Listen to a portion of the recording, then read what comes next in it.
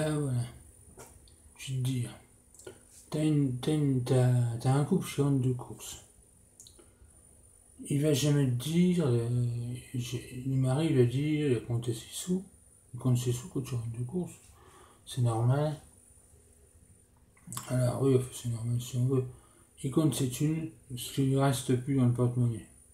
Parce qu'il en reste forcément beaucoup. Hein. Il compte, il a dépensé 500, 550, 555, 555,3, etc. Il compte au centime près ce qui lui reste, ce qu'il a dépensé, puis ce qui lui reste dans le porte-monnaie. Ou ce qui lui reste sur le compte. Il y a une carte bleue, elle va dire, va être débitée le début du mois prochain.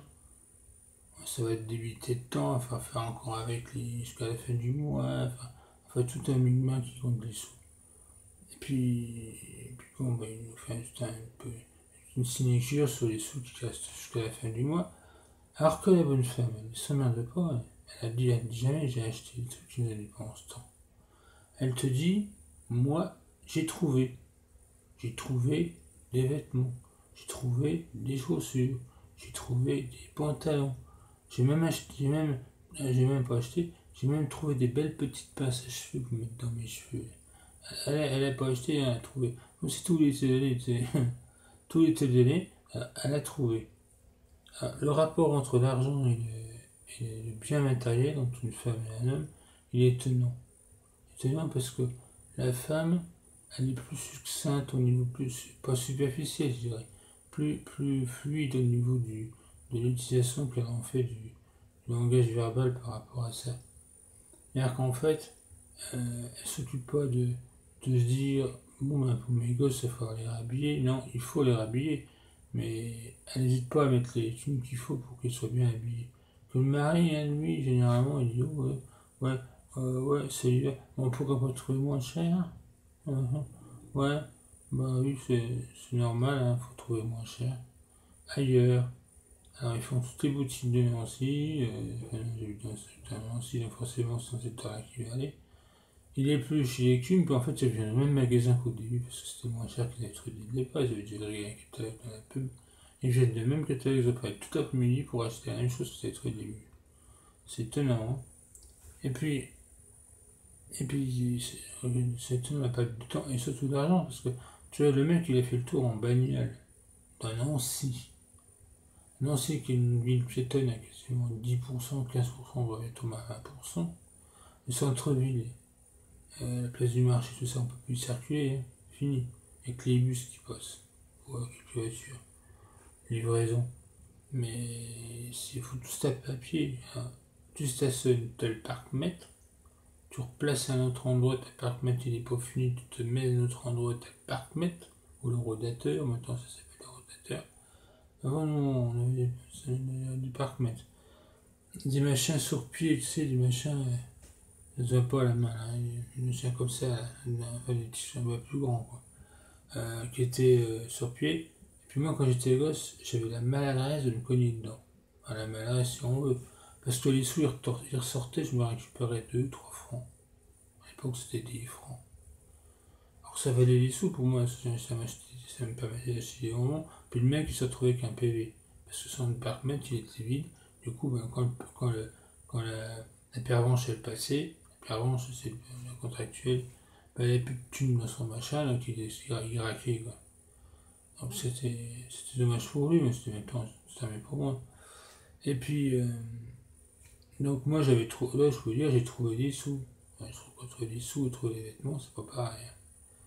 Alors, moi je vais te dire aussi que quand tu achètes un truc, faut pas. Les femmes elles disent toujours, ouais, ça va faire, ça sera bien jusqu'à l'année prochaine. Puis le mari dit, oh, ça lui fera tant de temps. Alors lui, il réagit sur la longueur, sur la durée. Alors, il veut non seulement le moins cher, il va chez Tati, puis en plus, il faut que ça dure le plus longtemps possible. Tout le monde sait que chez Tati, ça dure 6 mois. T'achètes un fringue, au bout de 6 mois, il est percé, il est rétréci au lavage, il est tout ce que tu veux, mais il est plus valable au bout de 6 mois. Puis la mode, elle a changé. La mode, elle change tout le temps. Tu achètes une veste pour tes cheveux rouges, Donc tu achètes une veste rouge. Après, ça va être une veste bleue parce que tu auras les cheveux bleus. Hein. Puis après, ça serait tout blanc. Tu vas être blanchette, tu es tellement vieux que tu vas te blanchir les cheveux. Après, tu seras tout en blanc. C'est marrant, les vieux, comme ils s'habillent en blanc, comme s'ils n'avaient pas du noir. Et ils sont en noir surtout quand ils sont en deuil. Hein. Ça leur arrive plus aux femmes qu'aux hommes, ton remarqueras. C'est normal, c'est système apparent, les hommes partent plus vite que les femmes. Il y a un truc, je veux dire, il y a plus de chances de rencontrer une veuve qui a perdu son mari qu'une veuve qui n'a pas perdu le sien. Ça serait étonnant de trouver une veuve qui n'a pas perdu son mari. Entre nous, je sais pas si ça se voit, si on en trouvera un jour. Mais c'est vrai, hein, c'est tout à fait exact. Et puis en plus, une veuve qui a perdu son mari, elle est bien en noir, mais pendant un certain temps. Parce que après elle s'habille en vert, passer sous le bloc opératoire, parce que souvent il y a des réparations à faire. Donc ils les habillent en vert, on va te faire un genou, on va te faire le deuxième. Attends, tu vois, en ce moment, je connais une personne qui m'est proche, qui est passée à l'hôpital et à la clinique il y a début de l'année. Ils lui ont refait les yeux avec cataracte. On fait les yeux. Elle a changé 3 fois de lunettes depuis. Parce qu'elle n'arrivait plus à voir clair. En fait, c'est parce qu'elle attend pas assez que les yeux se stabilisent. Du coup, elle a changé 3 fois de verre. Alors, évidemment, elle était plus en charge une fois, puis après, c'est de sa poche. Hein. Et puis après, oh, j'ai mal au ventre. Puis en plus, elle a perdu son mari il y a quelques temps, elle était habillée en noir, elle a mal au ventre. Colo gastro. Retourner à l'hôpital faire une colo gastro. Reste 2 jours, parce que pour une colo gastro, fait tu vas en ambulatoire généralement. Et ben elle non même pas. Elle a voulu rester 2 nuits à l'hôpital parce qu'elle avait peur de ne pas être dans l'état pour ressortir. Je veux dire, en France, l'état, tu es toujours en état. Hein. C'est l'état français. Mais elle ressort, 3 jours après, bam, la blague qui se fait une crise dans la pied, avec elle a une artère de boucher, ou je sais pas quoi. Elle a appelé à l'hôpital à nous, puis pas dans la même. Elle s'est rendue au début, dans une deuxième fois, puis elle a encore parti dans une autre, dans cette vois. Ah ouais, je mets toutes les cliniques, toutes les cliniques et les épisodes de aussi, c'est la fin de l'année, hein, je te le dis, moi. On est au mois d'octobre, là je suis resté encore 2 mois tirés, 2 mois elle en fait 2 autres, elle va faire centrale et je suis moi. Ça, c'est sûr que je vois, hein, il y a mal bien pour ça. Puis, là, elle est un petit peu comme une copine à moi qui habite dans ta mousson. Elle se plaint tout le temps. Ah, j'ai dit que j'ai pas mal là. Eh, j'ai dit que j'ai pas mal là. Alors, je parle pas je sais pas une personne qui m'est proche, proche, je veux dire, de la famille. Hein. C'est une personne que je connais, je précise bien, une personne qui est dans mes relations proches. Elle se plaint tout le temps. Alors, elle a un ordinateur. L'ordinateur, pourtant elle a quand même 80 balais, 85, elle a 85 ans. Elle a un ordinateur, tout ce qu'elle peut trouver comme conneries dessus, elle les a. Mettons, elle tape sur le machin. Je suis hypochondriaque, non, ça elle le tape pas parce que c'est pas ce que c'est. Mais j'ai la fièvre. Qu'est-ce que ça veut dire j'ai la fièvre? Avec toutes les pathologies, il y a la fièvre, il y a l'état, hein. Toutes les pathologies qui sont liées à la fièvre, elle va prendre la première, moi j'ai ça. Puis jusqu'à la dernière, elle va les faire toutes. Hein. Elle sort tous les jours, elle s'en change. J'ai la suivante. Une fois qu'elle a fini sa liste, donc elle avait rien en fait. Elle a juste une petite infection locale. C'est pas la langue. Hein. Elle a jamais une infection de la langue, c'est marrant ça. Elle cause tout le temps. Alors, elle te tape, par exemple, sirop. Sirop. Bah, elle va te sortir tous les sirops, sirop de miel, sirop de... Est-ce que ça existe le sirop de miel? Sirop d'orgeat, sirop de grenadine. Elle tombe sur sirop pour la toux.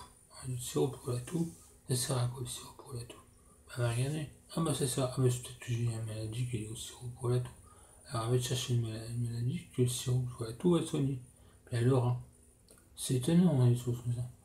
Puis, moi, ce qui me fait rire aussi, c'est quand elle me dit, ouais, je vais pas bien, demain je suis à l'hosto. Elle n'a pas vu son médecin encore, mais elle sait que elle va aller chez elle va à l'hosto demain. Et puis elle y est à l'hosto demain. Alors, moi, ce que je me demande aussi, nous, quand c'est à Nancy, on a un super hôtel de Tor Archambault à Erceau. À Thiénogé, Nourrig aussi, tout à l'as, hein, près de la Sécu. Hein. Alors, évidemment, c'est des chambres, t'as pas forcément des chambres individuelles. Tu peux être une chambre à deux, hein. J'ai connu une chambre à trois, je sais plus si ça se fait encore. Mais t'as les commodités, t'as les repas, tu manges même bien, t'as le cuisinier qui. C'est pas la SHR, c'est chaud, je veux dire, c'est une cuisinière sur place qui cuisine très bien. Tu manges bien. Eh ben je me demande si cet hôtel-là va pas fréquenter un jour. Parce que là, on est mal barré. Hein. Mais c'est un hôpital. C'est un hôpital, l'hôtel, c'est pas un hôtel. C'est un hôpital psychiatrique. Ah, pour être plus précis, l'hôpital s'appelle HP. Hôpital psychiatrique. CPN. Hôpital psychiatrique de Nancy. Voilà, c'est marqué ça dessus en gros. Alors c'est un truc, c'est énorme. Hein, c'est quasiment une petite ville dans la ville. T'as des murs d'enceintes tout autour, gros enceintes. Alors, je vais te dire pourquoi cette enceinte qui est aussi balèze que ça. C'est qu'en fait, il y a des prisonniers à l'intérieur. Des prisonniers qui ont commis des crimes dont ils ne seraient pas responsables. C'est-à-dire que le mec, il n'a pas été capable de. On n'a pas été capable de juger sa responsabilité dans le crime. Donc on l'a enfermé par en prison. On avait sur le 3, maintenant c'est monté à Maxéville. Mais on l'enferme en psychiatrie, mais pas en psychiatrie avec les patients normaux. Il y a un secteur fermé dans l'hôpital psychiatrique, t'as l'hôpital dans l'hôpital pour les criminels, qui est à l'intérieur. Donc, en plein milieu, avec des. Tu vois pas de l'extérieur, tu ne vois pas les prisonniers extérieurs. J'ai été faire un tour une fois, parce que je devais de temps en temps faire des stages là-haut, en tant que patient. Donc, tu. Pour une dépression, parce que j'ai des problèmes dépressifs, hein.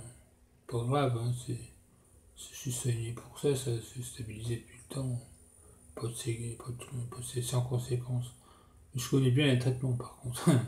Je peux te dire, tiens, tel machin c'est fait pour ça, si t'as une maladie comme ça, si t'as telle pathologie, il faut prendre ça. Je serais presque capable de remplacer le médecin, tu sais, depuis le temps. Enfin bon, passons. Donc dans l'hôpital, j'ai pris les prisonniers. Donc c'est pour ça que, comme c'est en pente, le CPN, c'est en pente, t'as les côtes, tout ça. Et donc sur la côte, t'as ça. Et puis si le prisonnier se barre, c'est pas arrivé, de toute la sécurité qui a à l'entrée, t'as un gros bâtiment de la sécurité qui a la seule entrée qui peut rentrer, tout est fermé à ça. Une enceinte de 3 mètres. À moins d'avoir une sacrée perchiste, tu passes pas. Puis en dessous de derrière, c'est les orties, les orlets, les ronces et tout ça. Donc tu passes pas. Donc la seule sortie, c'est là où il y a l'entrée avec les grosses portes blindées. Encore pire que la prison. Pour celui qui va là-dedans, t'as une clinique aussi, gauche que tu rentres, qui est à l'intérieur de l'enceinte. Alors ça ferme à 11h, c'est fermé, ça se trouve à 5h du matin. Je sais, j'étais dedans quand ils fermé. J'étais à la clinique, je voyais les portes se fermer, s'ouvrir, ça s'ouvre, ça se ferme, ça s'ouvre, ça se ferme. À partir de 11h le soir, hein, tu vois le balai des portes qui s'ouvrent et qui se ferment. Alors, le mec, il n'a pas sorti de l'hôpital, qui est déjà gaulé. Puis en plus, ils ont des bracelets électroniques, avec des GPS, j'ai fait des états des puces. Si le mec il veut se barrer, on le dit tout de suite, on sait que bébé, on peut suivre la trace. Hein. Puis il y a des caméras partout. Hein. Maintenant, tu prends le tram, non, si t'es filmé. Hein. T'as une caméra dans le tram. Tout le monde est filmé, hein. Tout le monde est. Quelqu'un qui sort à Nancy pour faire un achat, il est filmé au moins 3 fois. On sait qui passe quoi. Ouf. Alors, voilà, donc pour ça, pour les achats. les achats de fringues. Donc, la femme, elle trouve, l'homme, il achète. Oublie ça. Maintenant, le cas qui se présente. Le mec, il a sa bagnole. Alors, le mec, il a une belle bagnole, il aime bien la peaufiner. Il fait du, comment ça s'appelle déjà, il embellit sa bagnole, il fait du, oh, ça a un nom. Il la recarrosse bien et tout, il entretient sa bagnole. Mais la bagnole, il ne faut pas y toucher au mec. Pas que la femme dise ta bagnole coûte cher, parce que le mec il va dire non, pas plus que tes fringues, pas plus que tes bijoux, même si elle n'a pas de bijoux. Hein. Parce que des fois le mec il raque, il ne fera pas de bijoux à sa femme. C'est rare qu'un mec, à la Saint-Valentin, il pense que c'est la Saint-Valentin. C'est rare qu'il se rappelle de l'anniversaire de mariage. C'est rare qu'il se rappelle de l'anniversaire de sa femme. Par contre, quand la femme oublie son anniversaire à lui, il fait la soupe à la grimace. Ça c'est clair. La soupe à la grimace. Ah, la femme lui sert la soupe au caillou. Se remet là, parce que c'est oublié, donc maintenant c'est elle se venge. Donc le mec a le droit d'oublier, mais la femme elle n'a pas le droit. Sinon, c'est l'engueulade. C'est étonnant. Hein. Maintenant, si on a on oublie de faire un. La femme elle oublie par exemple le soir, c'est la soirée pour le mari. Le mari il aime bien les règles. Il aime bien dire tel jour j'aimerais bien manger des crêpes, tel jour j'aimerais bien manger du boudin. Le boudin c'est léger, il faut qu'il n'en digère pas. Bah, si la femme elle ne lui fait pas, il fait la tronche. Par contre, quand la femme elle est à l'hôpital, quand la femme elle est absente, elle est chez sa mère, ils s'en pris la tête, tout ça, elle va, elle se retrouve à l'hosto. Ou elle se retrouve chez absente pour le moment. Le mec, qu'est-ce qu'il se fait le mec comme bouffe? Si c'est pas cuisiner, puis, bah, il fait des plats surgelés, il prend n'importe quoi chez le marchand, il trouve les plats qu'il veut, il trouve ce que c'est lui qui trouve le truc, et puis il achète, et il prend et reprend, et puis il fait dans le micro-ondes, tac, il sort le plat, c'est chaud, il mange. Puis il bouffe mal, parce que les plats surgelés, tout le monde sait que c'est pas tellement bon. Hein. Les plats surgelés, moi je préfère faire des bons petits machins en cocotte que les plats surgelés, les plats surgelés ça vaut pas le coup. Mais voilà quoi. Alors, le mec sans sa femme, il est paumé. À moins d'avoir affaire à un petit mec qui se débrouille bien. C'est souvent, les petits mecs qui s'en sortent le mieux, c'est pas ceux qui payent le plus. Hein. J'entends par là que c'est pas ceux qui ont une bonne gueule, qui ont des gros musclores, qui ont enfin, je vais pas dire un beau pénis, quoi, qui reproduisent le mieux, que forcément les plus de compétences pour être un bon mari.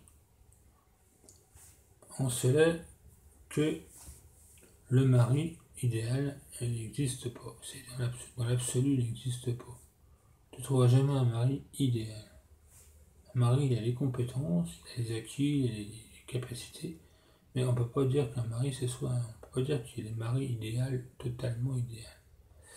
Moi, je suis un mari, je suis comblé par ma compagne, mais je ne suis pas l'idéal absolu. Je cuisine, je tricote, ça m'arrive, je mets des pulls sans manches, je n'arrive pas à faire les manches. Mais autrement, je ne suis pas le mari idéal non plus. Hein, c'est pas... Tout le monde n'est pas forcément idéal. Par contre, ça s'entend bien. Ça fait comme... Mais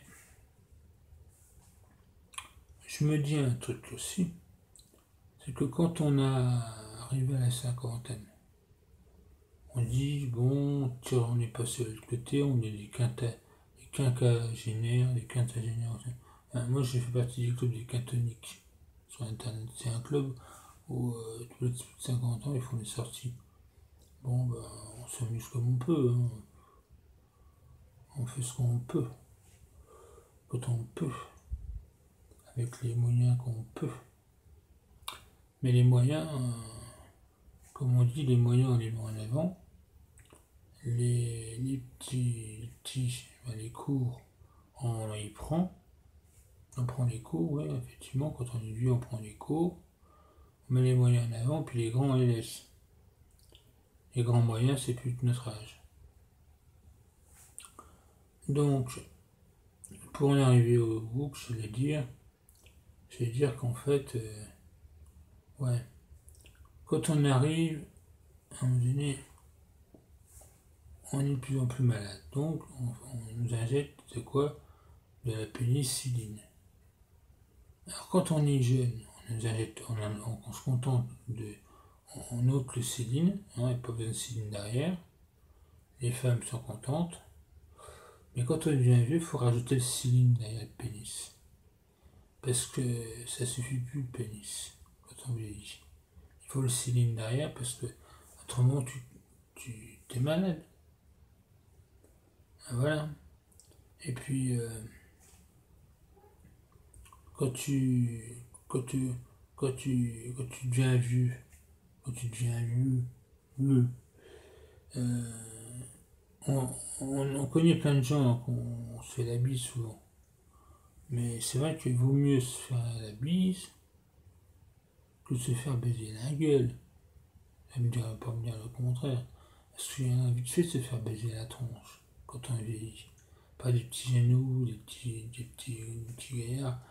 Quand on s'intéresse qu'au porte-monnaie du vieux, puis que le restant ils sont fous. Donc c'est ça, hein. Il y en a qui font les deux, ils se font la bise et ils te baisent la gueule. C'est dans les deux sens du terme hein, qu'ils les font. Alors, moi j'avais une casserole que j'appelais très profond. La casserole je l'appelais très profond parce que tu avais beau mettre dedans, ça ne se faisait pas. Elle débordait tout le temps. Normal, c'était une casserole sans fond. Je sais pas pourquoi je dis ça, parce que la casserole sans fond, ouais, c'était pas une casserole, c'était une passoire. J'ai jamais vu que c'était une casserole. J'étais tellement mieux à l'époque que c'était une belle passoire en métal. Je voyais pas, j'ai jamais vu que c'était une casserole, ça durait quoi, 2-3 jours. En 2-3 jours, j'ai cru que la passoire c'était une casserole. C'est pour ça que je me retrouve à l'HP. Hein. Pas s'étonner, hein, les hallucinations pareilles. Voilà, quoi, prendre une casserole pour une passoire. Même j'ai vu un bonhomme traverser la route puis qui se faisait pas écraser. Bah, c'est une hallucination, hein, j'ai pas vu le mec, hein, il était pas là. Et puis, alors, on a coutume de dire, un tien vaut mieux que deux tu l'auras. Ouais. Un tien vaut mieux que deux tu l'auras parce que l'un est sûr, l'autre ne l'est pas. C'était. Je sais que c'est que j'ai dit ça. Donc, moi, c'est vrai que un tien vaut mieux que deux tu l'auras. Moi, j'ai deux filles. Alors moi, je la première. Bon, là, c'est bien, c'est fait, elle est mignonne, elle va grandir, tout. 4 ans plus tard, on met ça. J'étais quasiment stérile.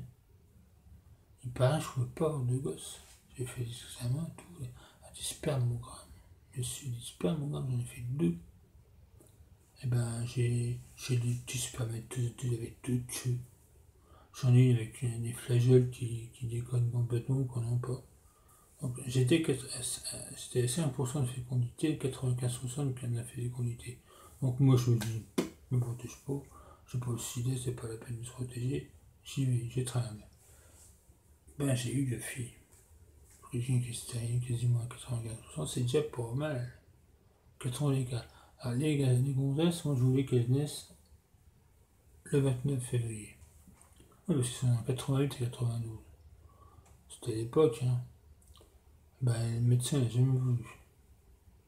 Il a toujours fait provoquer les accouchements avant ou après. Chance. Je me suis dit, elle vieillira moins vite. Alors 2, tu l'auras.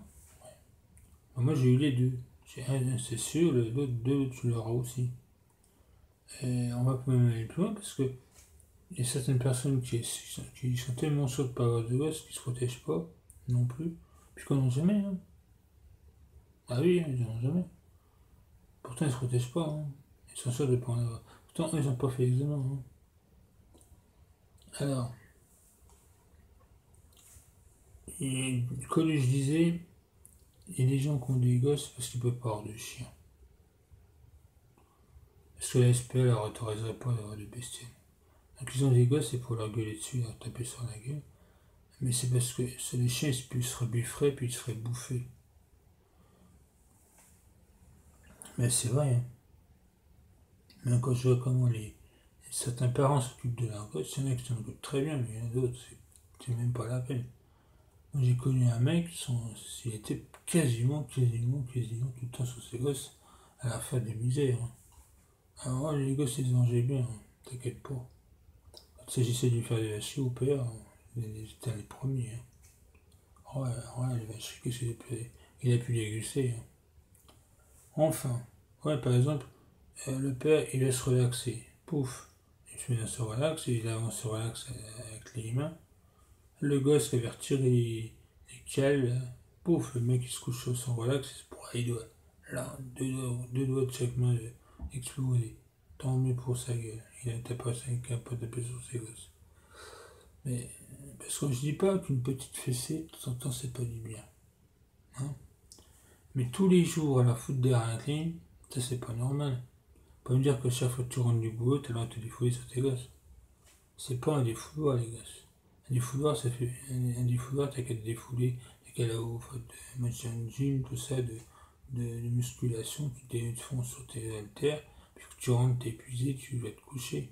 Défonce pas sur tes gosses, ça va taper sur la tronche. Ça se fait pas, ça. À moi. Et puis il y en a, c'est quasiment. Il y en a, sont pédophiles, hein. Ils peuvent pas coucher avec leur femme parce que la reine, ils couchent avec leur gosse. C'est parce que la femme, madame, est un exposé, donc ils vont baiser les gosses. Tout ça normal, non?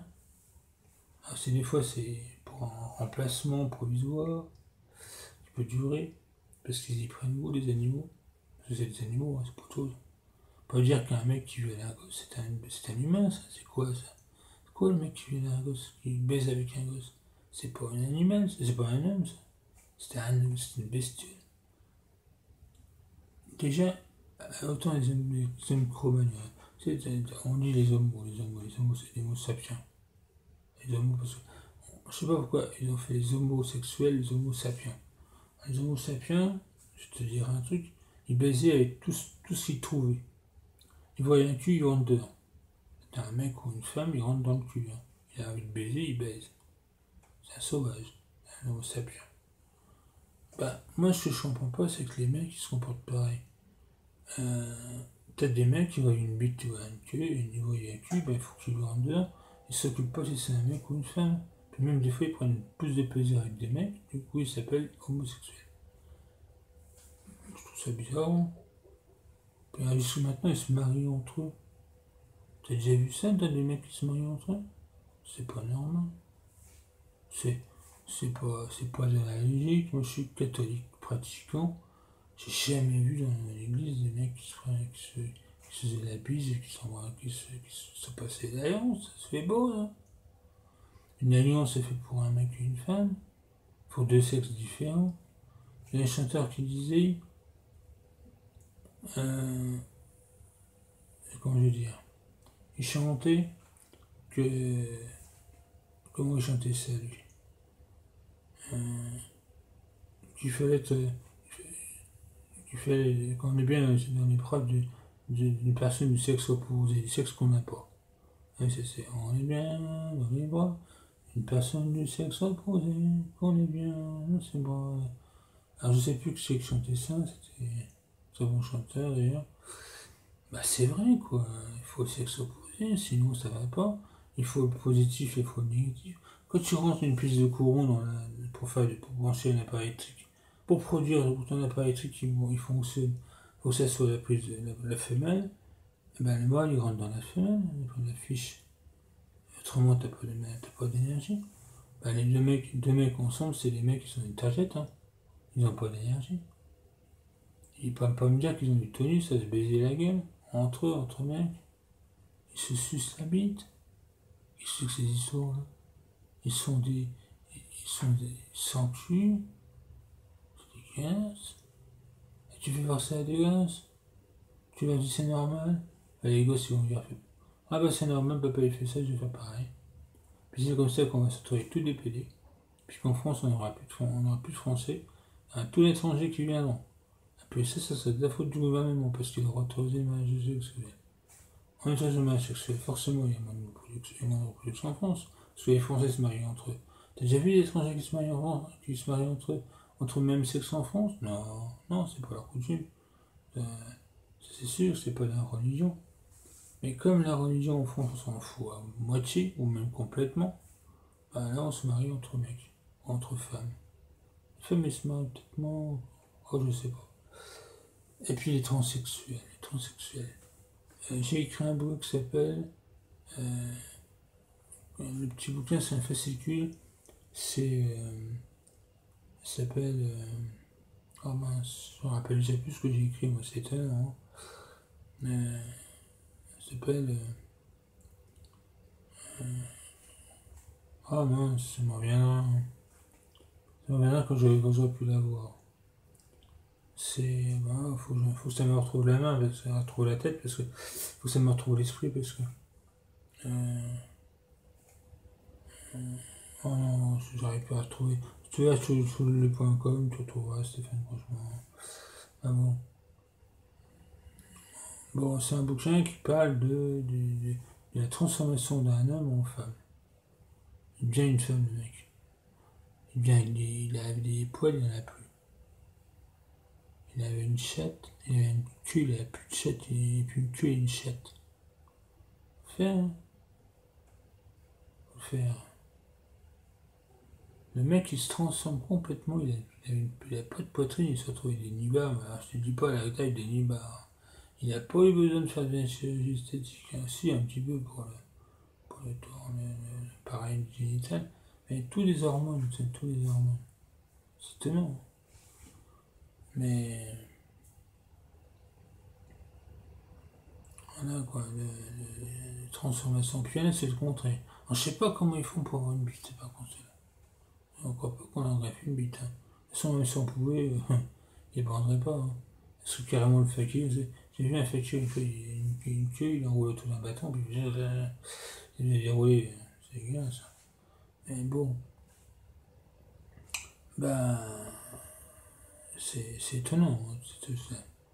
Puis, tu as aussi en France t'avais avant les mariages de complaisance, les mariages de bouche de bouche. Et puis tu as aussi les jeunes parents, les enfants parents. Bon, c'est des enfants qui ont à peine pubé, ils couchent, ils ont un gosse. Alors 13, 14 ans, ils ont des bouts. Alors t'imagines le gosse, je sais que c'est bien un gosse, parce que 34 ans, il a déjà un gosse de 17 ans. Même pas. 28 ans, il a un gosse de 14 ans. 28 ans, 14 ans. Oui, tu rajoutes 28, 28, 28. Oui, 27 ans, 17 ans. 27 ans, je connais des conneries, hein, dans les crayons. Bon, à 14 ans, ils ont un gosse, donc forcément, à 14 ans, quand le gosse a 14 ans, ils en ont 28. Donc, à 28 ans, à l'âge où ils devraient avoir un gosse, pour des fois, pour certains, pour la première fois, ils en ont déjà un qui est presque, qui a 4 ans d'être majeur, qui peut avoir des gènes, qui peut déjà produire déjà son âge. Alors, imagine la production. On est complètement dans le contraire des homosexuels. Ça, c'est totalement opposé. Ça, c'est des gens qui aiment baiser entre eux, entre hommes et femmes. Donc, je cherche mon bouquin, mais moi, je ne trouve pas le nom. C'est. Bon. Ouais. Donc, les jeunes, j'ai connu une fille qui avait. Quand j'ai passé mon CAP, qui était dans une classe, donc quand j'ai passé mon CAP, j'avais 17 ans. Bah, elle avait déjà un gosse. Elle avait déjà un gosse à 17 ans. Donc c'était pas trop vieux, c'est pas trop jeune non plus, c'est un peu jeune, ça. Eh ben, elle a raté sa première année de CAP. Parce qu'elle était en congé de maternité. Elle redouble la première année, elle refait une deuxième année, elle redouble la deuxième année, parce que pour la même raison, elle a fait un gosse entre temps. Elle a jamais eu son CAP. Parce qu'elle a fait 3 gosses en 3 ans. Au bout de 3 ans, je jette l'éponge, je fais mère à domicile, mère de foyer, mère en foyer. 3 gosses, elle touche les élèves, à l'époque ça vaut 3 gosses. Je les élèves, ça reste les élèves. Putain, je sais pas ce que c'est devenu. Hein. Parce que j'avais quel âge? J'avais 17 ans, j'en ai 51, ça fait donc. Ça fait quand même un peu plus quoi maintenant. Hein. Oui, j'ai un qui se perd maintenant.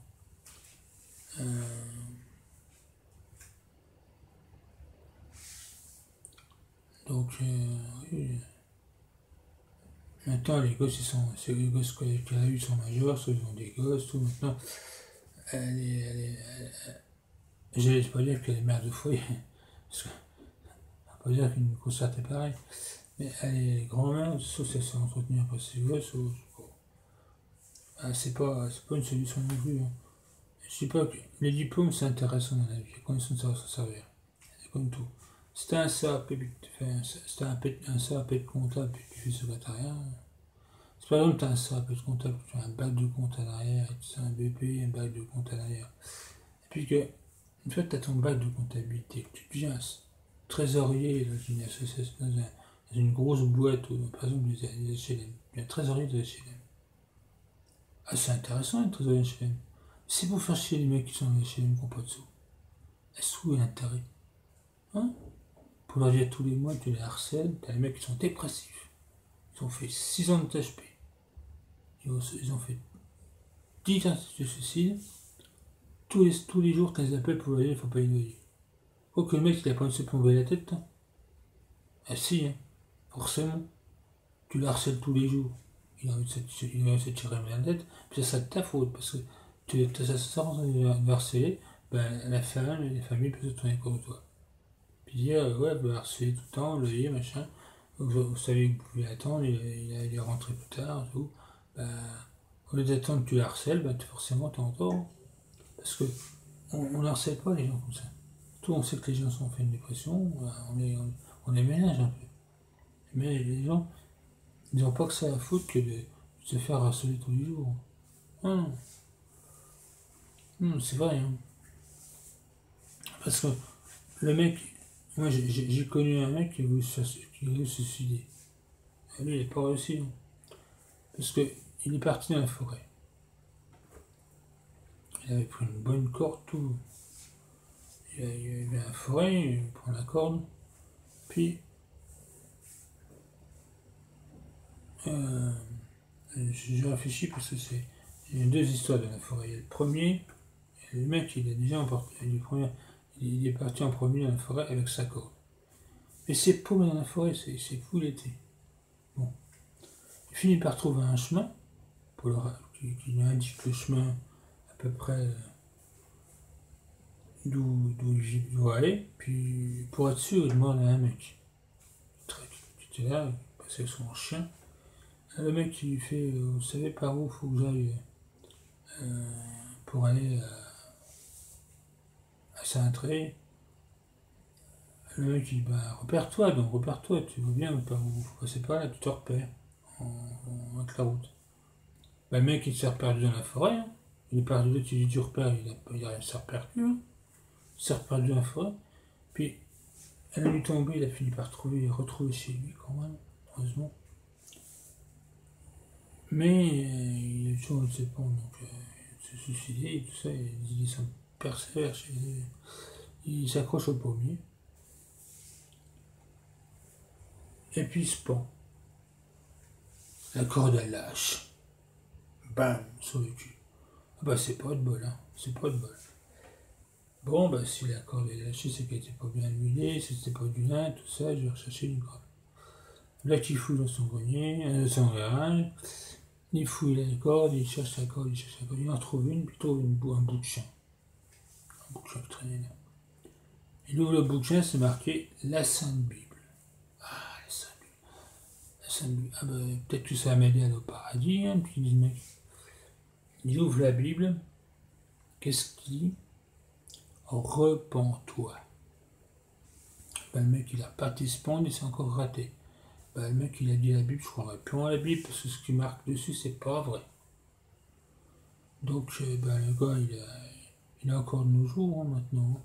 Il s'est marié, il a des gosses, il a des enfants, il a des jeunes, enfin oui, c'est même pareil. Hein. Et ben, je te sais, il a voulu se rependre une deuxième fois, encore une fois, il a encore raté. Hein. Et donc, il ne croit plus à ce que marque dans la Bible maintenant. Et puis, pour finir un peu cette conversation qui dure depuis 40 minutes, je vais vous dire deux devinettes de machins intéressants en rapport avec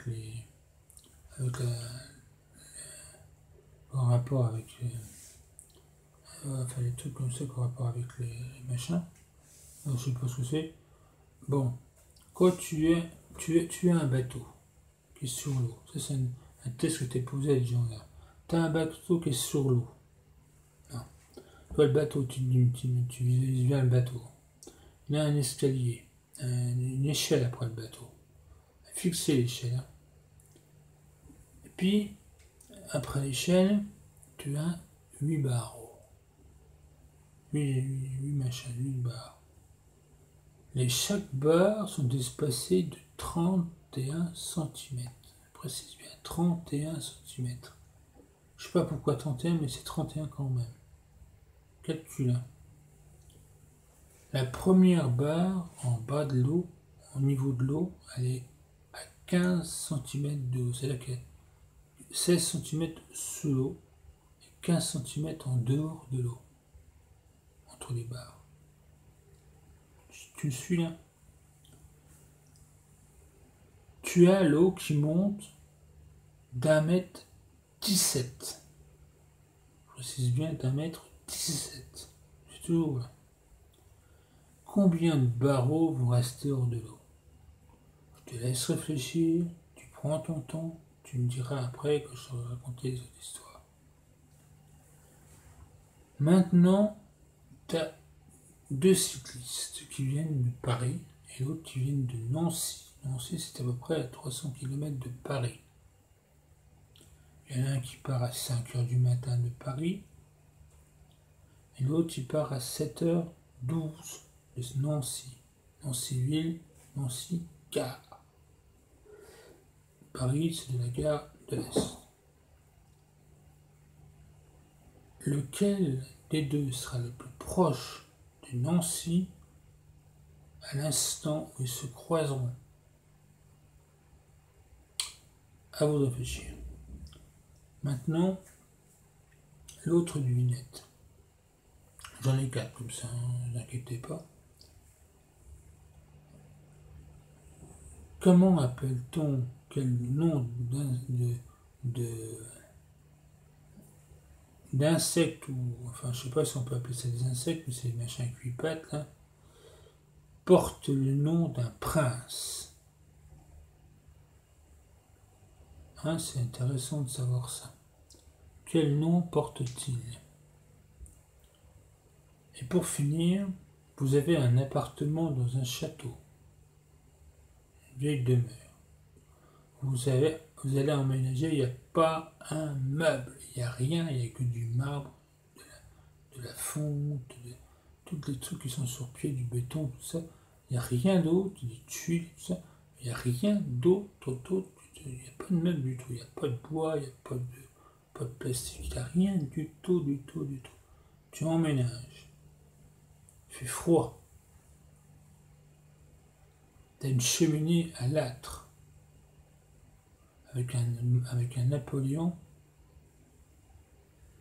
en marbre dessus, sur la cheminée. Il fait froid. Tu fais quoi pour chauffer l'appartement? Je te le dirai tout à l'heure. Revenons-en au bateau. Le bateau, l'eau monte. T'as deviné combien il restait de barres au-dessus de l'eau? Ben, toujours 8. Parce que le bateau, il va monter avec l'eau, puis les barreaux aussi. Parce que j'ai jamais dit que les barreaux étaient accrochés à la rive. Hein. sont accrochés après le bateau. Là, la réponse de la première question. Les cyclistes, ils sont pareils, hein. Quand ils vont se croiser, ils seront à la même distance qu'ils vont se croiser. Donc forcément, à l'instant où ils vont se croiser, ils seront pareils, hein. De Paris ou de Nancy, ils sont à la même distance. Il n'y a pas besoin de monter les kilomètres. La quatrième question. Je me rappelle plus. Tu crois que je me souviens? Je me souviens pas. Bon, je l'ai quand même. Tu le mérites, tu crois?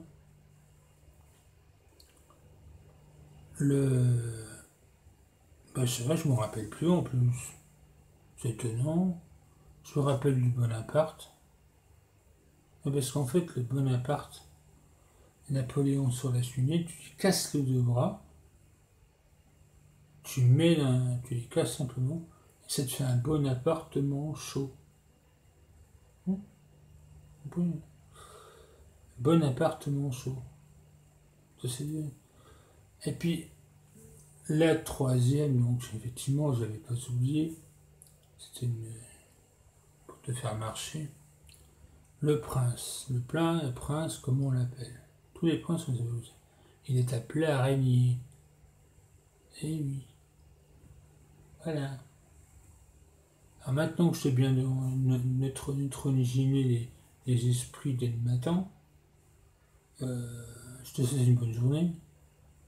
Et puis salut. À bientôt.